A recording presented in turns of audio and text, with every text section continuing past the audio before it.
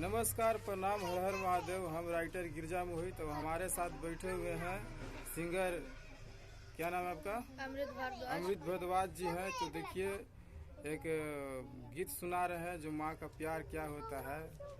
सुनाइए गीत के भाव, कैसे गाइएगा, गाइए, जनता लोग को सुनाइए।